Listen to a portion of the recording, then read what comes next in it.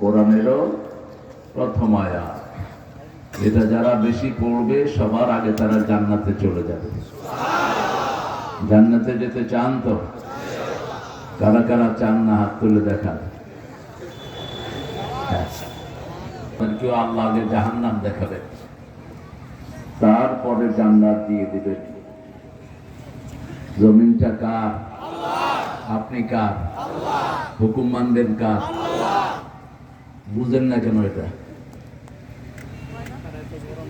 বিগত সরকার ছিল মূর্তির সরকার, বিগত সরকার ছিল জুলুমবাজ সরকার, কোরআন বিরোধী সরকার। আমরা কোরআনের পক্ষে থাকবো তো? থাকবেন তো? কারা কারা হাত তুলে দেখা দেন।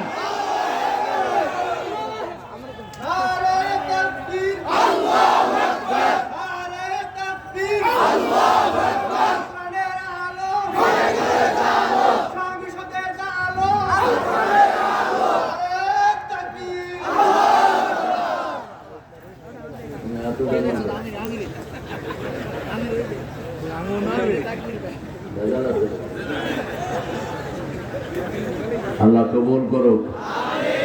এখন আমাদের ঐক্য নষ্ট করার জন্য ওনারা, ওই তিনারা, ওই জিনারা, সোরেরা উড়ি হড়ি লাগবে।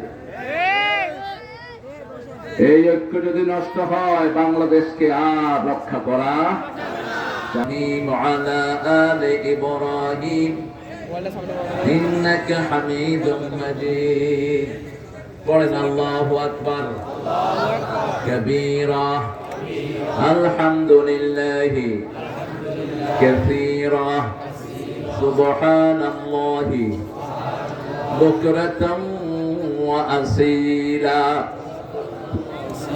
এখন আকাশের সব রহমতের দুয়ার আল্লাহ খুলে দিয়েছেন।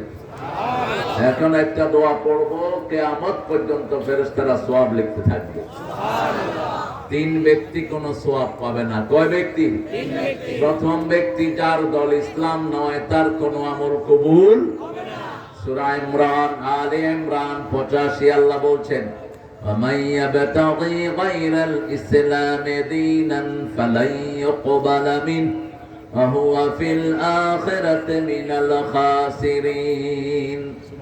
কোন ব্যক্তি যদি ইসলাম ছাড়া অন্য কিছু আল্লাহ শিখালেন, রাব্বানা পড়েন, যালামনা আনফুসানা ওয়া ইন লাম তাগফির লানা ওয়া তারহামনা লানাকুনান্না মিনাল খাসিরিন। এই ক্ষতি থেকে বাঁচার জন্য একটা সূরা দিলেন, ওয়াল আসর ইন্নাল ইনসানা লাফি ইল্লাল্লাযীনা আমানু ওয়া আমিলুস সালিহাত।